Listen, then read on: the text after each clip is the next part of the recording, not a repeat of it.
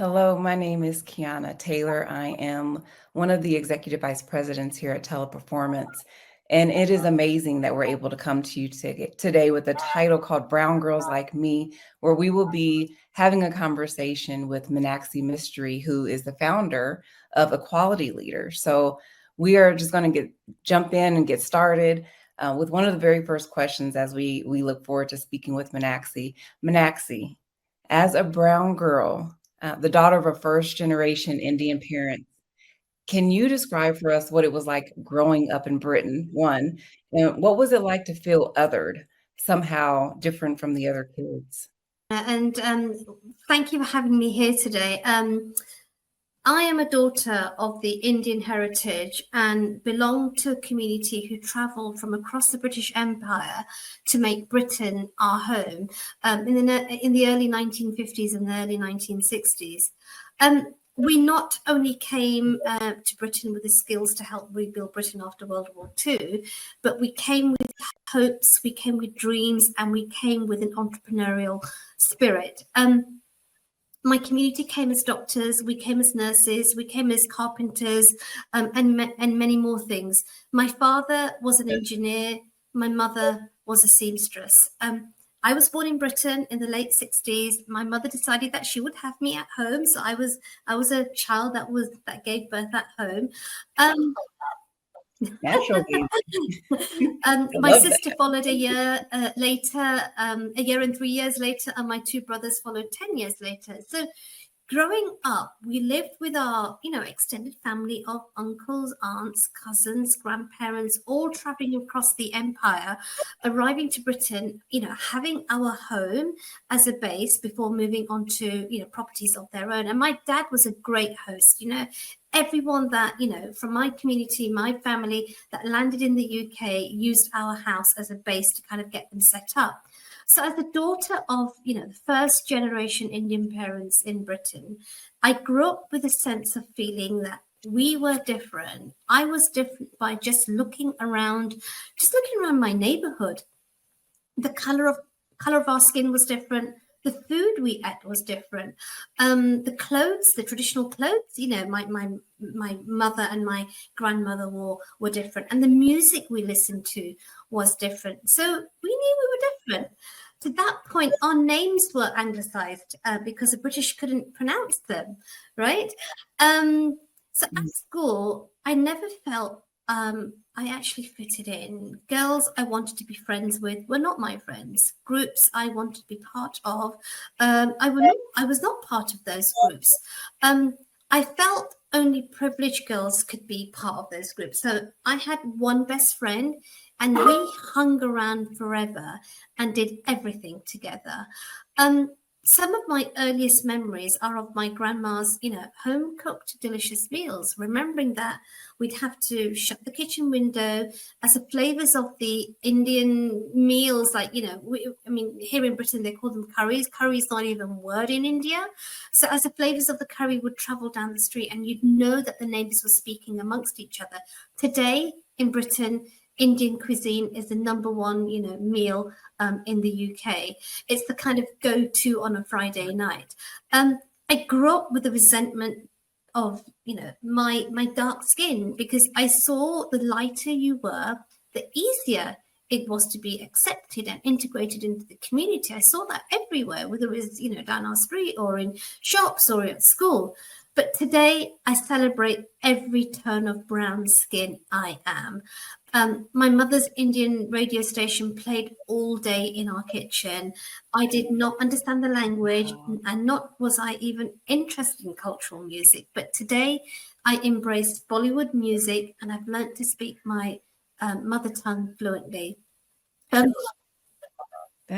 We visited Indian cinemas on a Sunday afternoon to watch Bollywood movies as my parents wanted to keep connected to their cultural roots.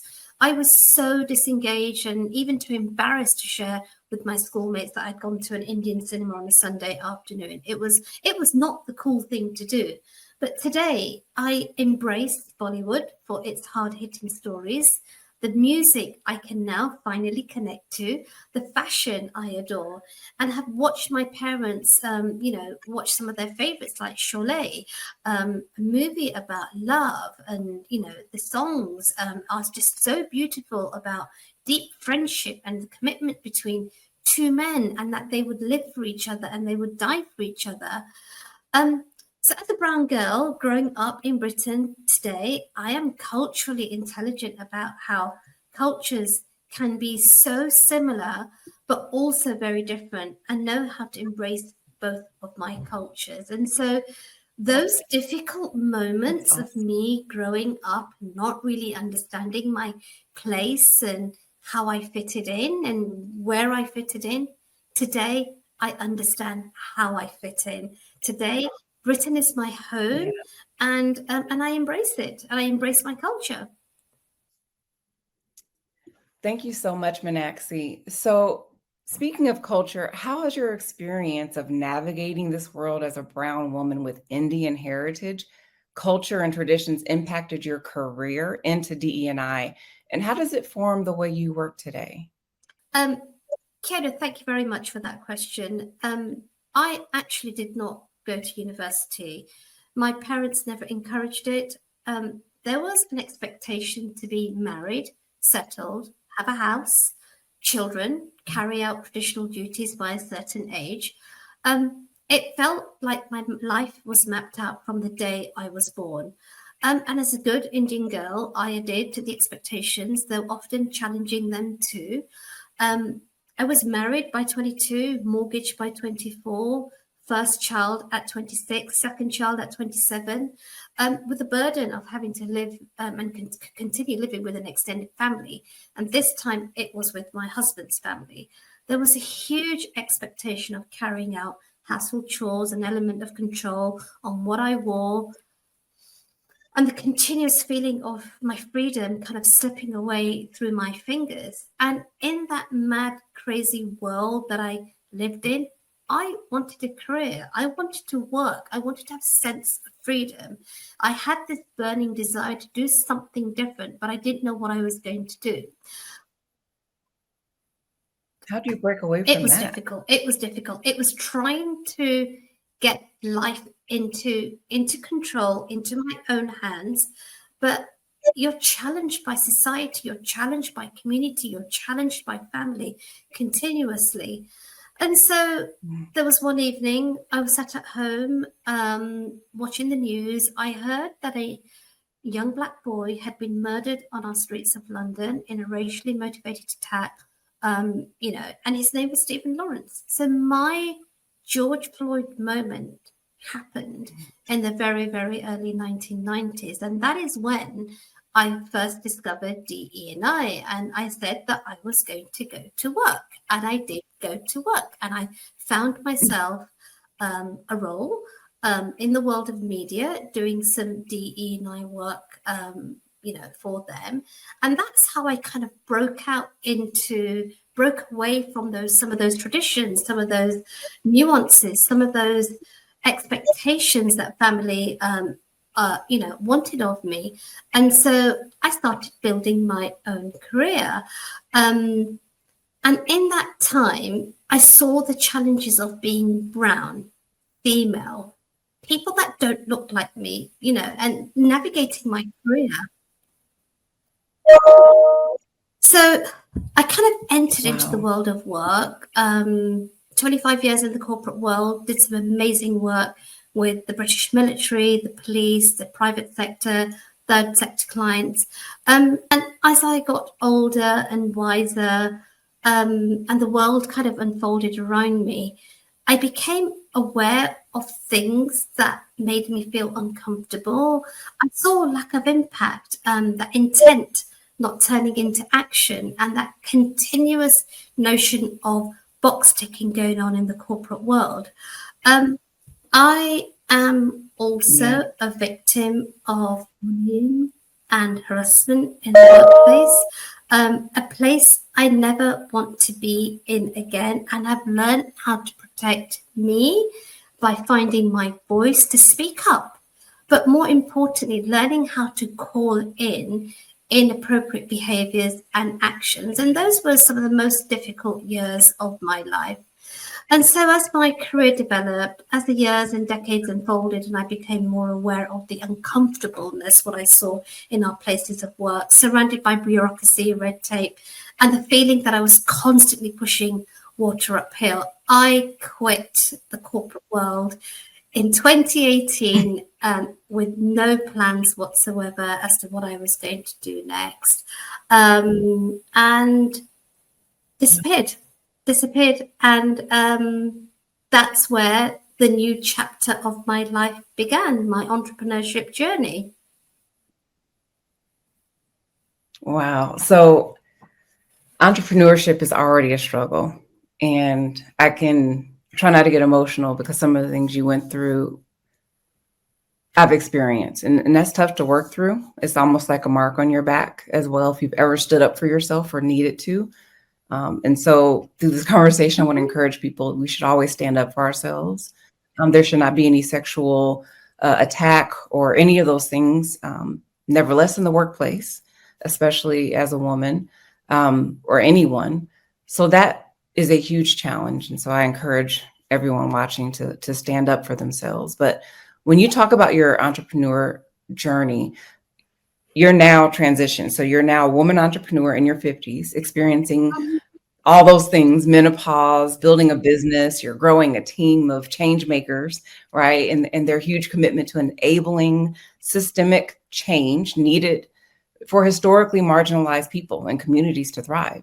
Like that needed to happen.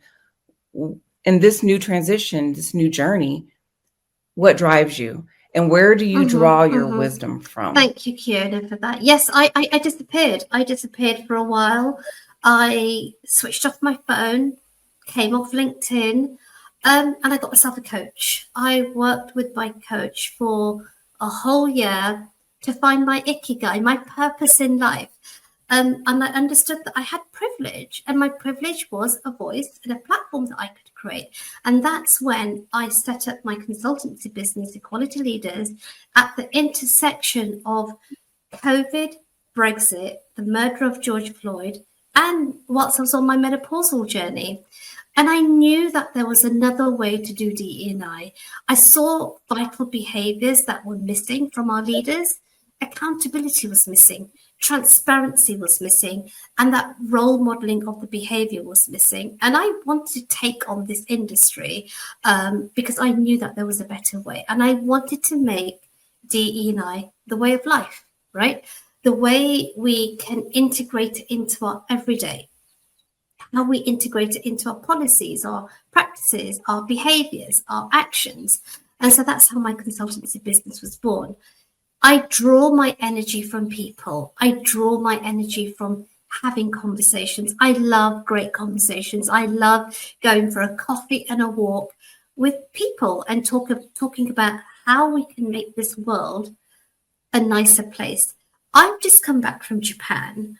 And the one thing that I took away from Japan is that everything in Japan starts with respect. We are all different, right? And difference is the only one thing that we all do have in common. So why don't we respect our differences? So that's how my journey began. Did I ever imagine I would hold key accounts such as Kellogg's that we're working on, taking them on their racial equity journey? So we are working with some of the biggest organizations around the world, taking them on their DE&I maturity journey. I believed in myself. I absolutely believed in myself that I could do this work. And, I sometimes pinch myself, is this really happening to me? So I suppose in conclusion, what I want to say is today I celebrate me, my skin tone, my culture, my heritage. Look, I have a wardrobe of Indian clothes. I cook great Indian food. You can find me on Instagram, mystery.food. Today I understand. Ooh, Today, I understand how to navigate what I thought was culture, but actually, it was a form of control by my community. I own my own voice. I have learnt to say no. I have learnt to step away. I've learnt to step back. But I learned these skills very, very late in life. I want to tell every girl, every woman out there that's listening today, dream your dream. And if anyone laughs at your dream, dream even bigger, because I did exactly that. And the rest is history. And I'm looking forward to this journey that I'm on with my team of change makers who I absolutely love.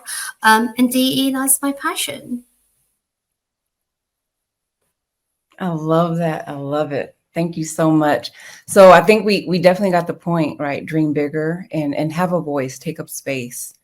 You leaned into what looked to be differences, but we should all lean into being different and speak up for ourselves and take action on what we want our dreams to really look like. We have control over that, not others. So thank you so much for joining us today.